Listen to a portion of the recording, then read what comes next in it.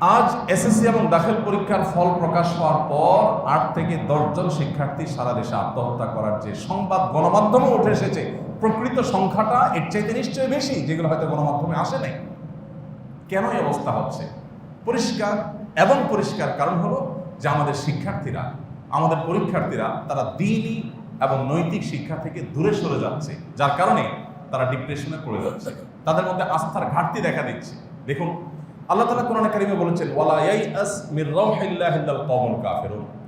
আল্লাহর প্রতি অবিশ্বাসী, কাফের, বেঈমান ছাড়া কেউ কখনো নিরাশ হওয়ার কোনো সুযোগ নেই। ঈমানদারের জীবনে নৈরাশ্য এটা কখনো তার জন্য মানানসই হতে পারে না। কেন হতে পারে না? কারণ যালিকা বিআন্নাল্লাহা মাওলাল্লাযীনা আমানু ওয়া আন্নাল কাফিরিনা লা মাওলা লাহুম। আল্লাহ রাব্বুল আলামিন তিনি ঈমানদারদের অভিভাবক। ঈমানদারদের অভিভাবক স্বয়ং আল্লাহ। আর যারা আল্লাহর প্রতি বিশ্বাস করে না, তাদের কোনো অভিভাবক নেই। একটি বই আরবিতে লেখা হয়েছে, রব্বি আল্লাহ, আরবিতে। বইটি সৌদি আরবের 2 জন বিশ্ববিদ্যালয়ের শিক্ষক লিখেছেন।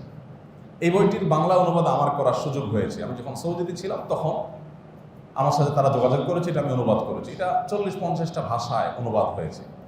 ওই বইয়ের মধ্যে একটা গ্রাফ আছে। এই গ্রাফটায়, এই চিত্রটাতে দেখানো হয়েছে পৃথিবী ধর্মীয় বিশ্বাসের আলোকে আত্মহত্যার রেশিও কাদের মধ্যে কত বেশি, কত কম, কাদের মধ্যে কম, কাদের মধ্যে বেশি। তো সেই গ্রাফটাতে বিশ্ব স্বাস্থ্য সংস্থার জরিপ, কয়েক বছরের পর বেশ কয়েক বছরের জরিপ দেখানো হয়েছে যে পৃথিবীতে সবচেয়ে বেশি আত্মহত্যার প্রবণতা হয় দেখা গেছে নাস্তিকদের মধ্যে, যাদের মধ্যে কোনো ধর্মীয় বিশ্বাস নাই, তাদের মধ্যে আত্মহত্যার প্রবণতা সবচাইতে বেশি। কেন সবচাইতে বেশি? একটু আমরা ভাবার চেষ্টা করেছি। কারণ যে নাস্তিক, কোনো ধর্মে বিশ্বাসী না, এই লোকটা, তার তো কোনো আস্থার জায়গা নাই। ধরেন কোনো কারণে মানুষের জীবনে তো ডিপ্রেশন, পেরেশানি, দুশ্চিন্তা, বিপদ আপদ আসবেই। এটা তো আমাদের জীবনের অংশ, তাই না? সবসময় তো আমাদের পথ চলা একেবারে মসৃণ হবে না, গোলাপ বিছানা থাকবে না, কাটাও থাকবে। তো এই সমস্যাগুলোতে একজন নাস্তিক কি করবে? সমাধানের বহু চেষ্টা করবে। যদি করে সে ফেইল হয়, কোনোভাবে সমাধান করতে পারলো না, তার পেছনে শুধু দেয়ালে পিঠ থেকে গেছে, এখন সে কি করবে? এখন আর কোথাও যাওয়ার জায়গা আছে? তার কারোর কাছে সাহায্যের জায়গা নাই। মামু, হাই হ্যালো, যা যা করা দরকার সব করছে, কোনো কিছুতে কাজ হয় না, তার বিপদটা দূর হয় না। এখন সে কি করবে? ডিপ্রেসড হয়ে মরা ছাড়া তার সামনে আর কোনো পথ নাই। ও স্যাড, ব্যাড বলা ছাড়া কিচ্ছু করার নেই।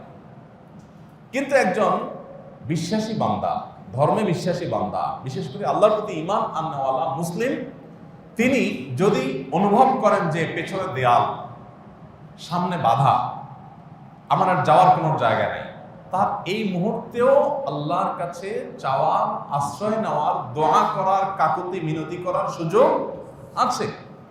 এই সুযোগটা থাকার কারণে সে একেবারে আশাহত হয় না, হওয়ার সুযোগ থাকে না। এই জন্য সবচাইতে আত্মহত্যার প্রবণতা মুসলমানদের মধ্যে সবচাইতে কম। সকল ধর্মের মধ্যে দেখানো হয়েছে ওই গ্রাফে কয়েক বছরের, যে সবচাইতে আত্মহত্যার প্রবণতা মুসলমানদের মধ্যে সবচাইতে কম। আর সবচেয়ে বেশি হলো কোন ধর্ম বিশ্বাসী না নাস্তিক, তাদের মধ্যে। কারণটা কি? একেবারে দিনের আলোর মতো পরিষ্কার। ভাইরা আমার, আল্লাহ তাআলা বলেছেন, আল্লাহি ফালইয়াতাওয়াক্কালিল মুতাওয়াক্কিলুন। তাওয়াক্কুলকারী ঈমানদারদের আল্লাহর উপর ভরসা করা কর্তব্য, তাদের উপরে ফরজ আল্লাহর উপরে ভরসা করা। আল্লাহ বলেছেন, ওয়ালা তাকনাতু মির রাহমাতিল্লাহ। তোমরা আল্লাহর রহমত থেকে আশা হারাবে না। আশা হারানো কখনো জায়েজ নাই। ডক্টর আব্দুল্লাহ জাহির রহমতুল্লাহি আলাইহি বলতেন, শয়তানের স্কুলের প্রথম পাঠ হলো নৈরাশ্য সৃষ্টি করা, মানুষকে নিরাশ করে দেওয়া। দাম্পত্য জীবন বলেন, ব্যবসায়িক জীবন বলেন, শিক্ষা জীবন বলেন, যে কোনো জীবনে বিপদ আপদ আসবেই, ঝামেলা আসবেই, বিপত্তি আসবেই। ভেঙে পড়া, ডিপ্রেসড হয়ে যাওয়া, আশাহত হয়ে যাওয়া, না কিচ্ছুই হবে না, এইরকম মন মানসিকতা লালন করা, এটা শয়তান সৃষ্টি করে মানুষকে ধ্বংস করবার জন্য। ঈমানদার যত বিপদই আসে, তার বিশ্বাস থাকবে অন্ধকার যত ঘন হবে, রাত যত গভীর হবে, প্রভাত তত নিকটবর্তী হবে। আল্লাহ কোরআনে বলেছেন, ইন্নামা আল উসরে ইউসরা, মানে কি? নিশ্চয়ই বিপদের এবং কঠিনের পরে সুখ আল্লাহ বলেন নাই। আল্লাহ বলেছেন বিপদ এবং কঠিনের সাথেই সুখ আছে, পরে বলেন নাই। আল্লাহ ওয়ার্ডটা ব্যবহার করেছেন মা মানে সাথে, মানে যেখানেই বিপদ তার সাথেই সুখ আছে। যেখানেই সমস্যা তার সাথেই সমাধান আছে, শুধু সবর করতে হবে, ধৈর্য ধারণ করতে হবে, অপেক্ষা করতে হবে। মনে করেন আমার জীবনে যে সমস্যা আসলো সেই সমস্যা থেকে আমি সমাধানের কোনো পথ পেলাম না, বিপদ যদি কন্টিনিউ চলতেই থাকে তো সর্বোচ্চ কি হতে পারে, বেশি থেকে বেশি কি হতে পারে, আমি বাঁচবো না, মরে যাবো। এই তো আমি যদি মরেও যাই তো ইমানদার তো হাতির মতো, মরলেও লাগ বাঁচলেও লাগ, আমার তো হারাবার কিছু নেই, মরে গেলাম তো। যার ইমান নেই তার তো মরার পরে ও স্যাড বলা ছাড়া কিছু নাই। কিন্তু আমার তো মরার পরে আসল জীবন শুরু। দুনিয়াতে আমি বিচার না পেতে পারি, সেখানে বিচার ডেফিনেটলি পাবো। সেখানে বিচার পাওয়ার ব্যাপারে কোনো সন্দেহ আছে? কোনো সন্দেহ নাই। আহকামুল হাকিমের কাছে আমি যাচ্ছি। অতএব ইমানদার তার জীবনে যত দুঃখ দুর্দশাই হোক না কেন, তার সান্ত্বনার বহু জায়গা, বহু অপশন খোলা আছে। আর যারা আমাদের শিক্ষার্থীরা, আমাদের পরীক্ষার্থীরা, আমাদের বাবা মার কলিজা খালি করে, বুক খালি করে যারা আত্মহননের পথে পথ বেছে নিয়েছে, এই শিক্ষার্থীরা, আমাদের ছেলে মেয়েরা, তারা দিনই শিক্ষা পায় নাই। আর দিনই শিক্ষা না পাওয়ার কারণে তাদের দুরবস্থা তৈরি হয়েছে। আপনারা গেল বছরখানেক আগে বা তার কিছুটা আগে একটা নিউজ দেখেছেন, রিপোর্ট দেখেছেন যে করোনাকালীন সময়ে শুধুমাত্র বিশ্ববিদ্যালয় শিক্ষার্থীদের মধ্যে যে পরিমাণ আত্মহত্যা হয়েছে বাংলাদেশে, সেটা রীতিমতো ভয়ঙ্কর। কয়েকশো শুধু বিশ্ববিদ্যালয় শিক্ষার্থী আত্মহত্যা করেছে। একজন বাবা, একজন মা অনেক স্বপ্ন নিয়ে তিল তিল করে একটা ছেলেকে বিশ্ববিদ্যালয় পর্যন্ত পৌঁছায়, এরপরে যখন সে আত্মহত্যা করে বাবা মার মনের অবস্থা তখন কোন পর্যায়ে গিয়ে দাঁড়ায়। গত কিছুদিন আগে বগুড়াতে একটা প্রোগ্রাম ছিল, একটা হলে, সরকারি একটা হলে। তো সেই প্রোগ্রামে আমাকে একজন ডাক্তারটা চিরকুট লিখে দিলেন, দিয়ে বললেন যে আমি বগুড়ার ডাক্তার, চিকিৎসক পেশা।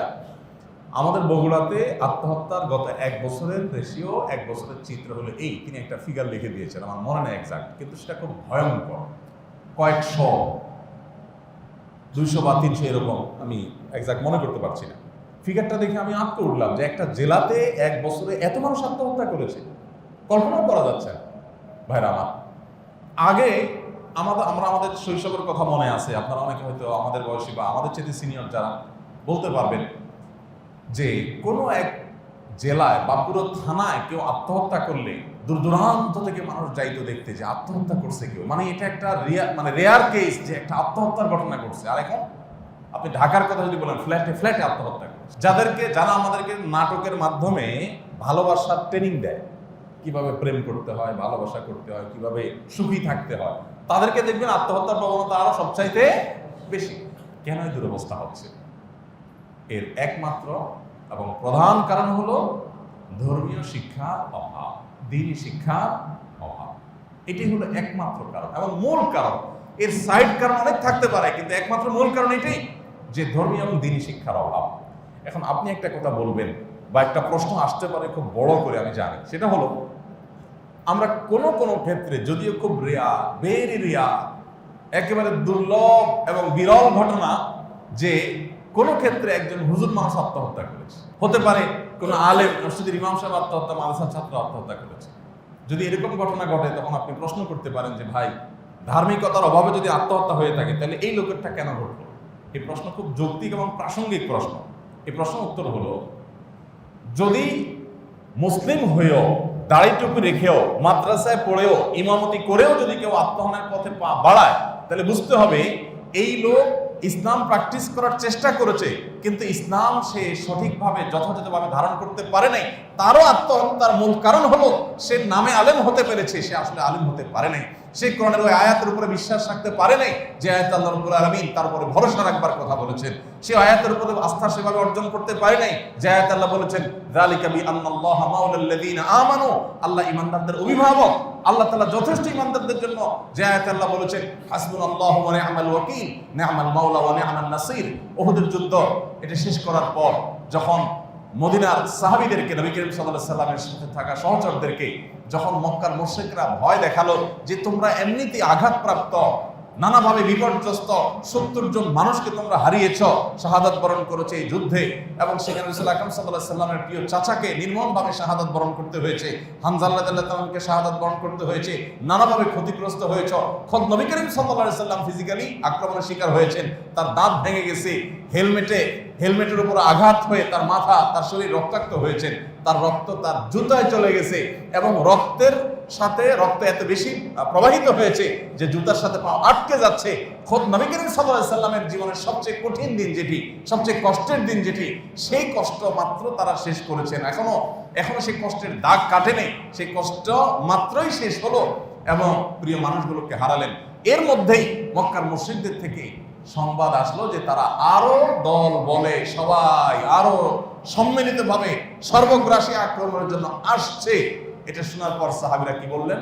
হাসবুনাল্লাহ ওয়া নি'মাল ওয়াকিল, নি'মাল মাওলা ওয়া নি'মান নাসির। আল্লাহ আমাদের জন্য যথেষ্ট, তিনি সর্বোত্তম কর্মবিধায়ক। কোনো পেরেশানি কোনো কারণ নাই, ইমানদার কখনো ভয় পাবে না, কোনো টেনশন নাই। আল্লাহ আছেন, দেখছেন। আল্লাহ যদি আমাকে পেরেশানি দেন আর তার বিনিময়ে আল্লাহ যদি আমাকে জান্নাত দেন, এটা বেস্ট ডিল, খুবই ভালো ডিলিং এটা। আমার কাছে অনেক সময় অনেক মা বোন আসেন ডিপ্রেশনের কথা বলে, ভাই পরের সংসার করতে গেছি, স্বামীটা আস্ত অমানুষ, স্বামী অমানুষ, শ্বশুর শাশুড়ি ভালো হলে সান্ত্বনা পাই, তারাও সেই অমানুষ। এমনও ভদ্র মহিলা আমি পেয়েছি যে তিনি বলছেন যে আমার স্বামী তো অমানুষ, অন্যান্য সব তো ঠিক আছে, পেটের সন্তানগুলো বাপের মতো হয়েছে, সেগুলো অমানুষ। অর্থাৎ আমার যাওয়ার কোনো জায়গা নেই। অনেক মেয়েরা আছে বাবার বাড়িতেও তাদের কোনো আশ্রয় নেই, সেখানে গেলেও মানুষ খোঁচাখুচি করে, নানান কটু কথা বলে। তো আমি তাদেরকে বোঝাবার চেষ্টা করি, কাউন্সিলিং করার চেষ্টা করি যে বোন, আপনার এই যে কষ্ট, স্বামী টর্চার করে, বাবা মা জুলুম করে, আপনার শ্বশুর শাশুড়ি টর্চার করে, আপনার পায়ের তলায় মাটি নেয়, যেদিকে যাচ্ছেন চোখে শুধু অন্ধকার দেখছেন, এই যে কষ্টটা, এই কষ্টটা কি কখনো শেষ হবে না হবে না? তো অনেকে বলেন যে কখন শেষ হবে বুঝি না। আমি ভাবছি আপনার যদি মরণ চলে আসে, একদিন তো মরবেন, চিরকাল তো বেঁচে থাকবেন না। আপনি মরে গেলেও কি আপনাকে এরা টর্চার করতে পারবে? আর বল না, তা তো পারবে না। তাহলে এই বিপদের একটা এন্ডিং আছে, এই বিপদের একটা সীমানা আছে। এরপর কি? এরপর আপনি যদি সত্যি টর্চার্ড হয়ে থাকেন আর আপনার এই সময়টাতে আপনি আল্লাহর অনুগত বান্দা বান্দি হয়ে থাকার চেষ্টা করেন, তাহলে যারা টর্চার করেছে, যারা আপনাকে জুলুম নির্যাতন করেছে, নিষ্কাশন চালিয়েছে, তাদের বিচার হবে আপনার চোখের সামনে।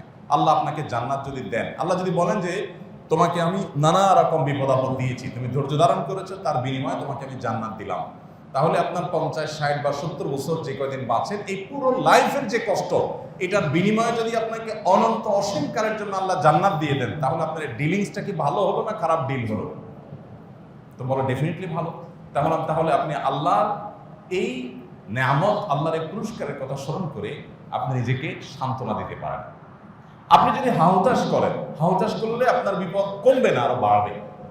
যে কোনো বিপদে আপনি যখন হাহুতাশ করবেন, ও স্যাড ব্যাড, আপনি ডিপ্রেসড হয়ে যাবেন, আপনি আচার বিচার করবেন, ভাঙচুর করবেন, আপনি যত বেশি এই পেরেশানিগুলোর প্রেশার নেবেন, তাতে কি আপনার পেরেশানি কমবে না আরো বাড়বে? আর যদি আপনি আল্লাহর উপরে ভরসা করেন, সুধারণা করেন, এমনকি এই চিন্তা করেন যে আল্লাহ যদি আমাকে একেবারে শেষও করে দেন, মৃত্যুও যদি আমার হয়ে যায়, আখিরাত তো আছে, সেখানে তো সুবিচার আমি পাবো, তাহলে সেক্ষেত্রে আপনার সাথে সাথে মানসিক চাপ কমে যাবে, আপনার বিপদ কমবে, সুখের দেখা আপনি পাবেন।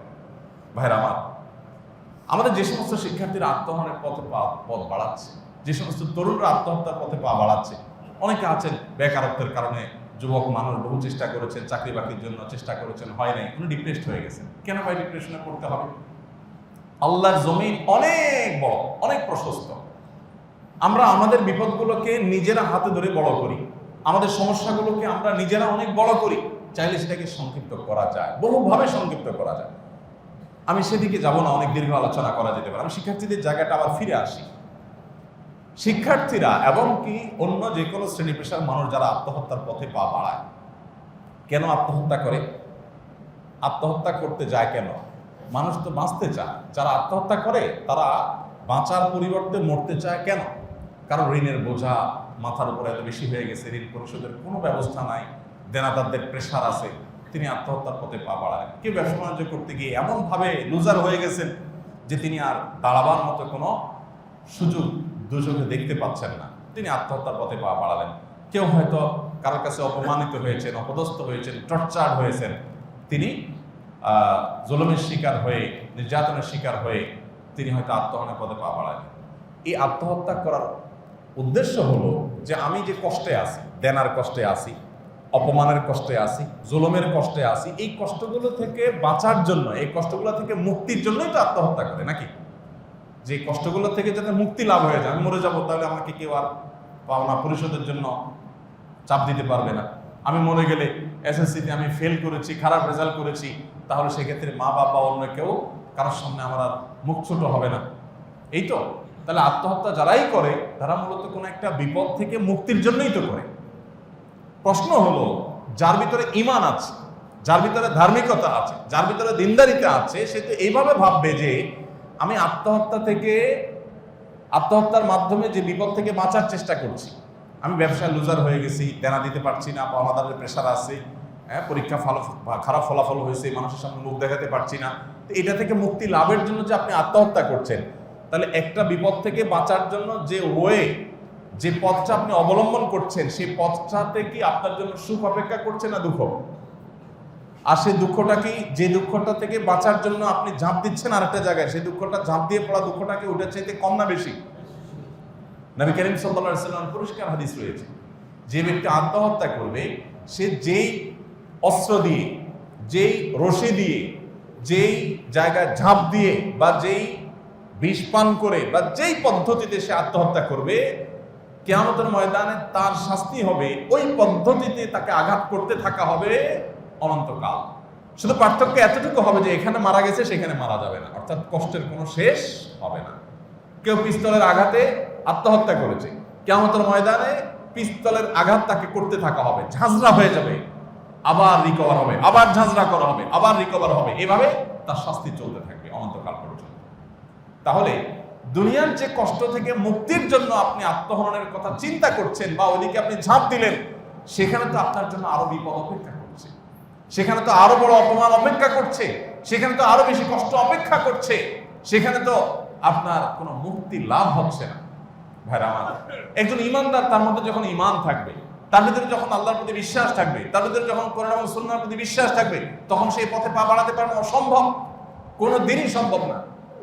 আপনি যদি বলেন যে ক্ষুধার কষ্ট, অভাব, চাকরি বাকরি নাই, বেকারত্ব, সেজন্য আমি আত্মহননের পথে পা বাড়াচ্ছি, আপনি কি জানেন প্রিয় নবী সাল্লাল্লাহু আলাইহি সাল্লামের নেতৃত্বে সাহাবায়ে কেরাম যখন তাবুক যুদ্ধে রওনা দিয়েছেন, পথে এমনিতেই মরুভূমির যে গরম, আমাদের দেশে এই অতি সম্প্রতি সময়ের গরম আমরা কিছুটা আঁচ করতে পারতেছি, গরমের কষ্ট কি কতটা হতে পারে আমরা কিছুটা আঁচ করছি, বাট মরুভূমিতে সেটা আরো ভয়াবহ। সেখানে পরিস্থিতি এত খারাপ ছিল যে একটা পর্যায়ে সাহাবীদের রসদ যা ছিল, এর মধ্যে পানি যা ছিল সেটা শেষ, এক ফোঁটা পানিও নেই। এত শত শত লোকের বিশাল বড় বাহিনী, এক ফোঁটা পানিও নেই, আর ভয়ঙ্কর কাঠফাটা রোদ মরুভূমির, জান বের হয় অবস্থা, জিহ্বা শুকিয়ে যাচ্ছে, এরকম ভয়াবহ অবস্থা। তখন বাধ্য হয়ে ওট জবে করে, যে ওটকে বাহন বানিয়ে যাচ্ছিলেন, সে ওটকে জবে করে, ওটের ভেতরে আপনারা জানেন একটা আল্লাহ রাব্বুল আলামিন আলাদা একটা ব্যাগের মতো দিয়ে রেখেছেন, সেখানে কিছু পানি সঞ্চিত থাকে, যেহেতু সে মরুভূমিতে চলে, যখন পানি থাকবে না ওখান থেকে সে পানি নিয়ে নিয়ে বেঁচে থাকে। ওই থলেটা, ওই পুটলিটা বের করে ওইটার মধ্যে উটের পেটে থাকা যে পানি আছে, সেই পানিটা জিহ্বায় দিয়ে দিয়ে জান বাঁচিয়েছে। মানে কষ্টের লেভেলটা কি ছিল বলে। মক্কা যখন অবরোধ করেছে, মক্কার মুশরিকরা মুসলমানদের সাথে 3 বছরের বেশি সময় যে অবরোধ করেছে, অবরোধটা আজকের মতো অবরোধ না যে আমেরিকা স্যাংশন দেয়, এই টাইপের স্যাংশন না, এই টাইপের অবরোধ না। সে অবরোধ ছিল এত ভয়াবহ যে কোনো কথা তাদের সাথে কেউ বলতো না, কেনা বেচা কেউ করতো না, কোনো আত্মীয়তা কেউ করতো না। সামান্য কয়েকজন মানুষ একটা সমাজের সমস্ত মানুষের কাছে যদি এরকম পরিস্থিতির মধ্যে পড়ে, আপনি কয়দিন টিকতে পারবেন? 3 বছরের অধিক সময়। এবং সেটা আজকের মতো পৃথিবী না যে ঠিক আছে ভাত নাই তো রুটি খাইলাম, রুটি নাই তো আমি আরেকটা খাইলাম, বিস্কিট খাইলাম, পানি নাই তো জুস খাইলাম, ফল খেলাম, বহু অপশন আছে। মক্কার মতো এরকম রুক্ষ মরুভূমি এলাকাতে কিচ্ছু যেখানে হয় না, সমস্ত আমদানি নির্ভর সামান্য কিছু, আজকালকার মতো তো আমদানি এরকম করা হতো না, সেই জিনিসগুলো তাদের কাছে কেউ বিক্রি করবে না, কেউ কিনবে না। এরকম পরিস্থিতিতে 3 বছর মানুষের বেঁচে থাকা কত দায়। গাছের পাতা লতা যেগুলো অখাদ্য মানুষ খেতে পারে না, সেগুলো চিবিয়ে খেয়ে কোন রকম তাদের বেঁচে থাকতে হয়েছে। গোশত কোত্থেকে খাবে? কেউ তো বিক্রি করবে না তাদের কাছে। নিজেদের কাছে থাকা কয়টা, তারা সংখ্যা তো খুবই কম। এরকম পরিস্থিতি সাহাবীদের ছিল। আপনি কি দেখাতে পারবেন এই 3 বছরের অবরোধ চলাকালীন সময় মক্কা একজন সাহাবী আত্মহত্যার পথে পা বাড়াচ্ছেন? আপনি দেখাতে পারবেন না। তাবুক যুদ্ধে এরকম ভয়ঙ্কর পরিস্থিতিতে কোন সাহাবী আত্মহত্যা করেছেন? দেখাতে পারবেন না। অর্থাৎ আমরা এখন যে অভিযোগগুলো দিয়ে যে অজুহাত তুলে আত্মহননের কথা বলছি, এর চাইতে শতগুণ বেশি বিপর্যস্ত থেকেও তারা আত্মহননের পথ বাড়ান নাই। এর একমাত্র কারণ হলো তাদের মধ্যে ঈমান ছিল অনেক স্ট্রং, আর আমাদের ঈমান হয়ে গেছে অনেক দুর্বল। অতএব আমাদের সন্তানদেরকে যদি আমরা ধর্মীয় এবং নৈতিক শিক্ষা না দেই, আল্লাহর কসম করে বলছি ভয়ঙ্কর ভবিষ্যৎ আমাদের জন্য অপেক্ষা করছে। ভয়ঙ্কর ভবিষ্যৎ। আমি প্রায় সময় বলি, আমাদের শিক্ষা ব্যবস্থাকে ধ্বংস করে ফেলা হয়েছে। আমাদের পাঠ্যপুস্তকের পাতায় পাতায় ধর্মহীনতা প্রবেশ করানো হয়েছে। এটা এমনিতে হয়। সরকার যারাই যখন আসে তাদেরকে এই বিদেশি এনজিও গুলো, ব্রাক সহ এই দুষ্ট চক্রগুলো, তারা কোটি কোটি টাকার ফান্ড বাহির থেকে নিয়ে এজেন্ডা নিয়ে তারা এই কাজগুলো করে। আজকের তাজা খবর হলো যে আপনারা অনেকে শুনেছেন আলহামদুলিল্লাহ, যে পাঠ্যপুস্তক থেকে শরীফার গল্প বাদ দেওয়ার সিদ্ধান্ত হয়ে গেছে। শিক্ষা মন্ত্রণালয় থেকে যে কমিটি করা হয়েছে, সেই কমিটি এই গল্পটা বাদ দেওয়ার জন্য সুপারিশ করে দিয়েছে। ইতিমধ্যে গণমাধ্যমে নিউজ হয়ে গেছে যে গল্প আর থাকছে না। এখন আমার প্রশ্ন হলো, গত বছর আমার বাচ্চাকে পড়ানো হলো, এই বছর বাচ্চাকে পড়ানো হলো, এই গল্পের মাধ্যমে সমকামিতা শিক্ষা দেওয়া হলো আমার বাচ্চাকে। আজকে দেখলাম ইংল্যান্ডের মন্ত্রী বলতেছে যে বাচ্চাদেরকে যৌন শিক্ষা দেওয়া এটা ভয়াবহ একটা ব্যাপার, তাদের লাইফ শেষ, তাদের সমাজ ধ্বংস হয়ে গেছে, পরিবারগুলো শেষ। বাচ্চাদের যে মানে তাদের যে সৃষ্টিগত স্বকীয় যে লাজুকতা, এটা ভেঙে ফেললে ভালো কিছু আসবে না, খারাপ কিছু ছাড়া। ক্লাস 6-7 এর বাচ্চা কাচ্চা, 7-8 এর বাচ্চা কাচ্চা যখন ট্যুরে যায়, তাদের সাথে কন্ডম বিতরণ করে তারা উন্নত দেশগুলো। কোথায় চলে গেছে তারা?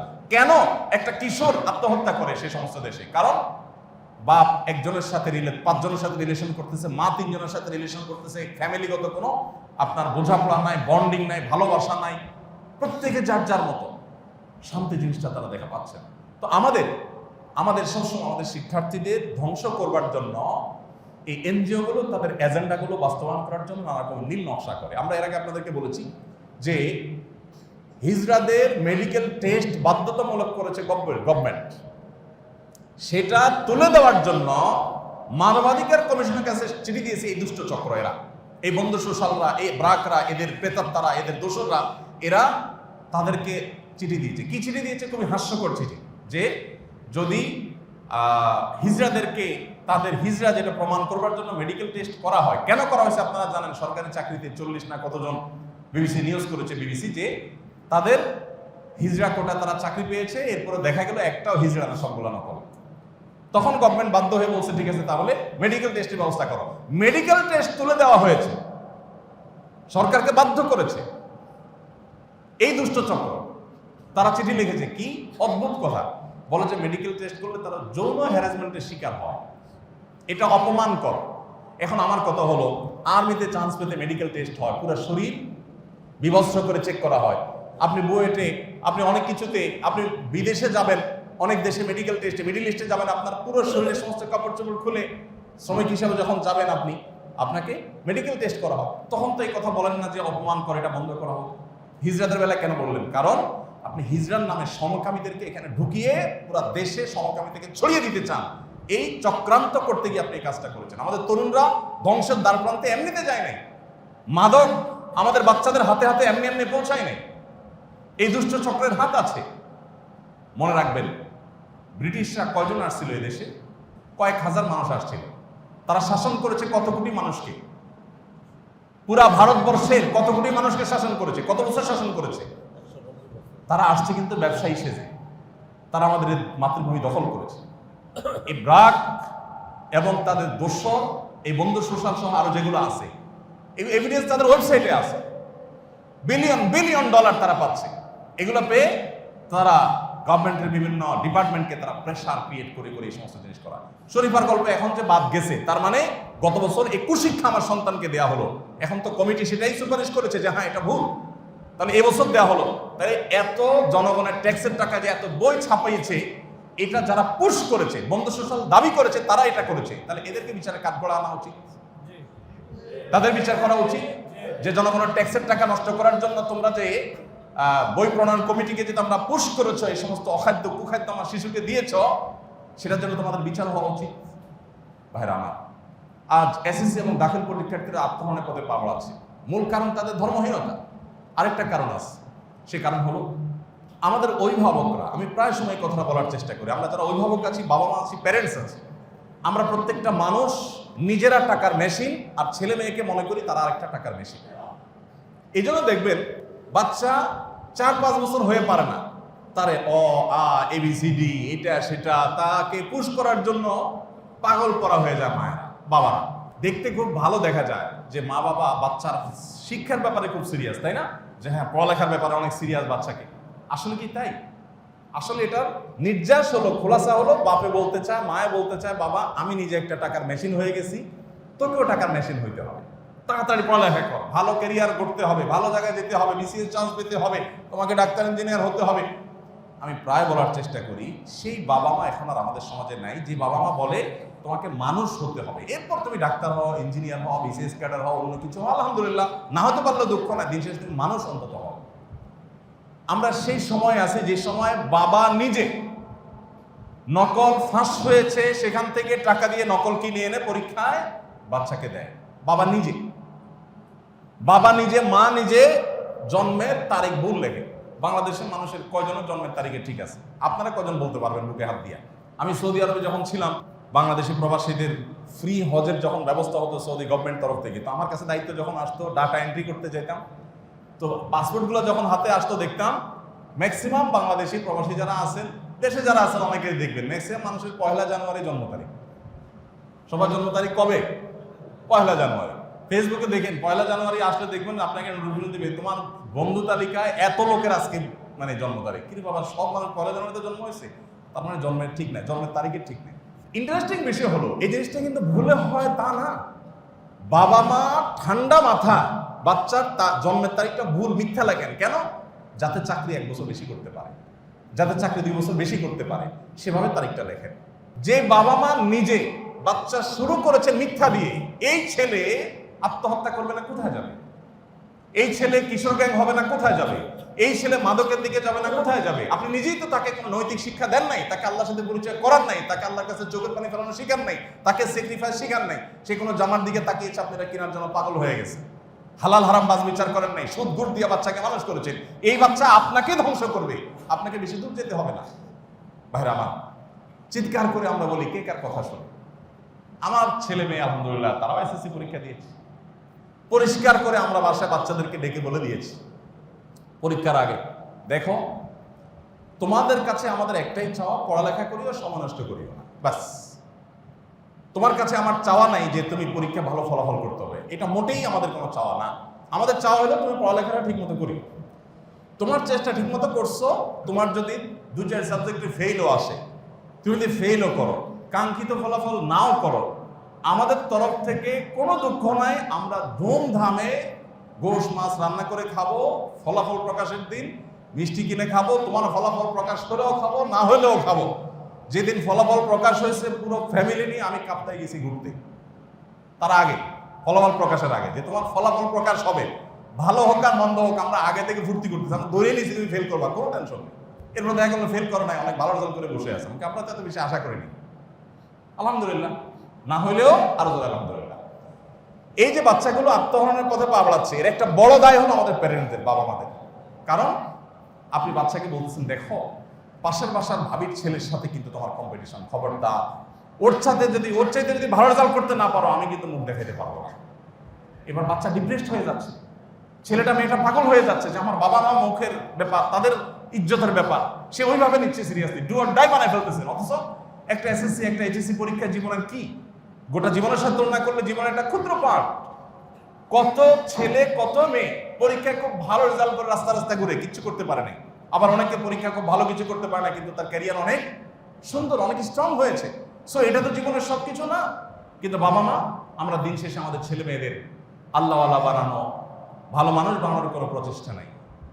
আপনাকে যদি পাশের ভাবি এসে উস্কায়, আপনার ওয়াইফকে যদি এসে বলে, বোন আমার ছেলে তো গোল্ডেন A+ পাইছে, আপনার ছেলের কি খবর?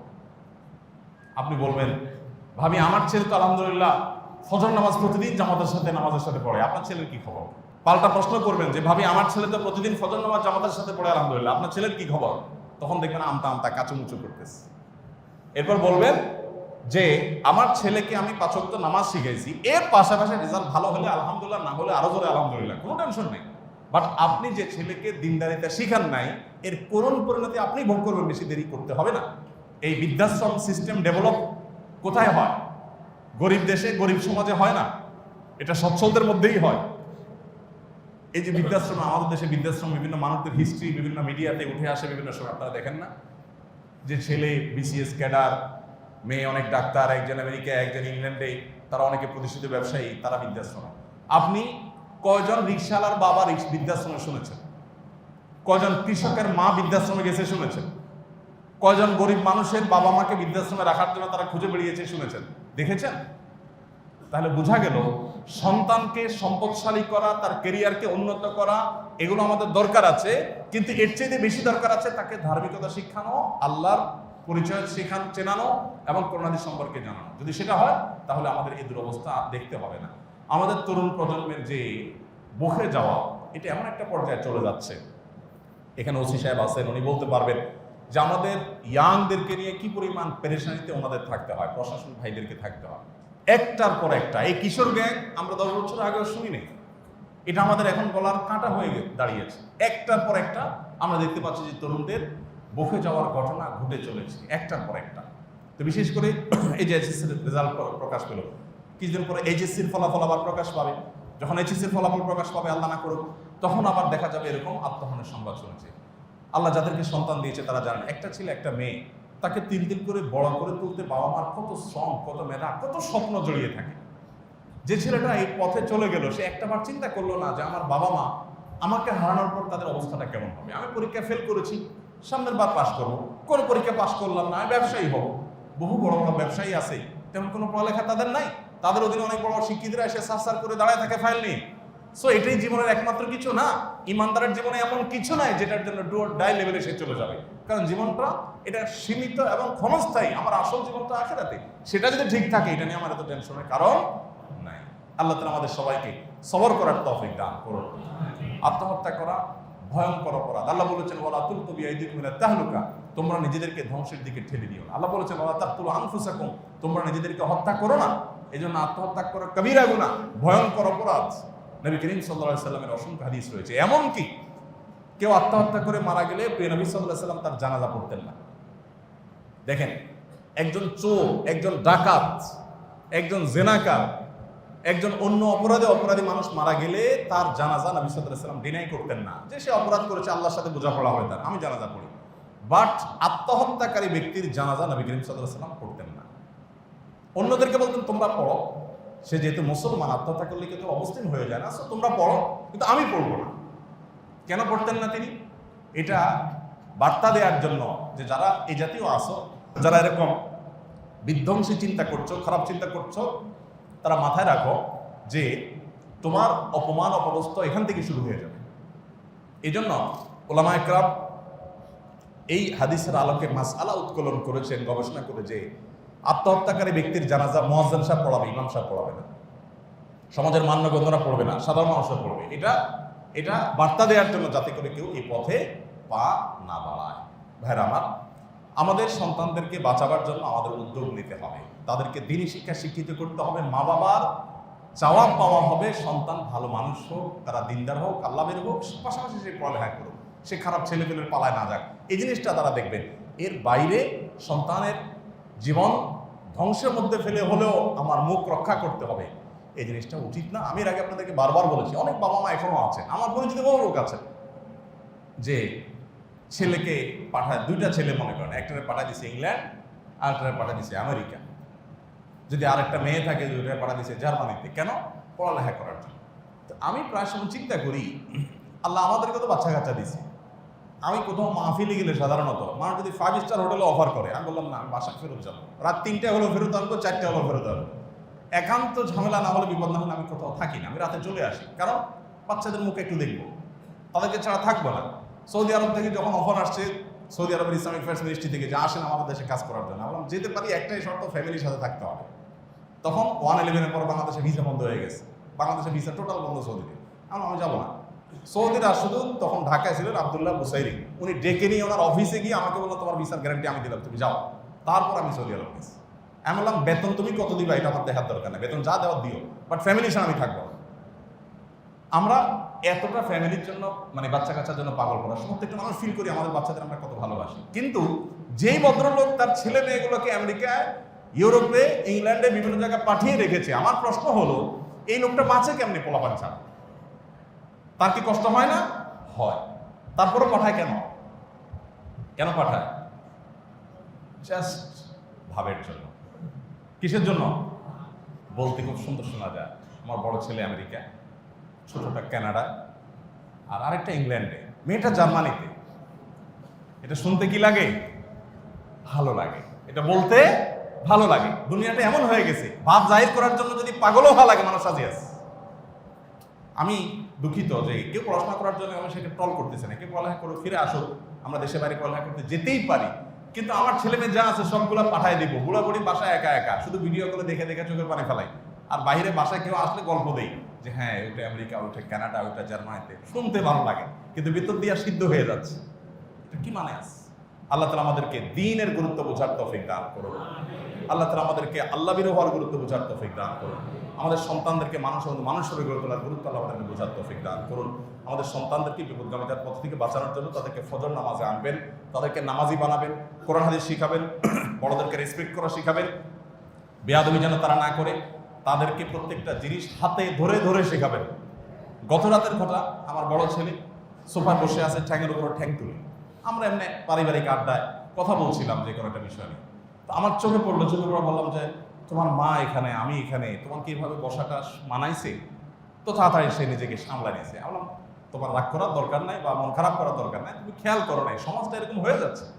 আমরা আমাদের ছেলেবেলা দেখেছি একজন বৃদ্ধ মানুষ রাস্তার পার দিয়ে আসলে ছেলেফেলেরা, ইয়াং ছেলেরা, মাদ্রাসা দুর্কিবাদ কলেজের ছেলেফেলেরা রাস্তার পাশে কাচুমুচু হয়ে দাঁড়িয়ে যেত, সুন্দর করে সালাম দিত, আসসালামু আলাইকুম আঙ্কেল, চাচা। আর এখন কিসের চাচা? পারলে চাচার গায়ের উপরে পাও রাখে। আমরা দেখেছি আমাদের ছেলেবেলা, ইয়াং ছেলেপেলে বাসে উঠেছে, একজন বৃদ্ধ মানুষ, একজন মহিলা আমার বাসে উঠছে, সাথে সাথে 5 জন ছেলে বাসে সিট ছেড়ে দিয়েছে। আমার লজ্জা হয়। কিছুদিন আগে থাইল্যান্ড গিয়েছি আমি, সেখানে পাবলিক পরিবহনগুলোতে কোনো মহিলা, কোনো শিশু নিয়ে কোনো বৃদ্ধ উঠছে, সাথে সাথে অনেক যুবক ছেলে ফেলে সিট ছেড়ে দেয়। তারা মুসলমান না, অথচ লজ্জার বিষয় যে আমার সমাজ থেকে এটা হারিয়ে গেছে। এখন আপনি দেখবেন একজন বৃদ্ধ, একজন মহিলা উঠছে, দেখবেন দাঁড়ায় থাকে বাসের মধ্যে, কেউ সিট ছাড়ে না। আমরা কোথায় চলে যাচ্ছি? এবং এর পরিণাম খুব ভয়াবহ। এই জন্য নিজের সন্তানকে ভদ্রতা শিখান, নিজের সন্তানকে ভালো মানুষ হওয়া শিখান, কোরআন হাদিসের পথে আনেন। না হলে আল্লাহর কসম করে বলছি, সমাজ ধ্বংস হবে কি হবে না সেটা পরের কথা, আপনি নিজে ধ্বংস হবেন, আপনার ফ্যামিলিতে আপনি সাফার করবেন। এই ছেলেই আপনার চোখের পানি ঢালবে, এই ছেলে তার মায়ের চোখের পানি ফেলবে যদি তাকে আপনি মনুষ্যত্ব না শিখান। অতএব জাগতিক শিক্ষার আগে তাকে নৈতিক শিক্ষা দেন, ধর্মীয় শিক্ষা দেন। আল্লাহ আমাদেরকে বোঝার তৌফিক দান করুন। আস-সুন্নাহ ফাউন্ডেশন, উম্মার স্বার্থে সুন্নাহর সাথে।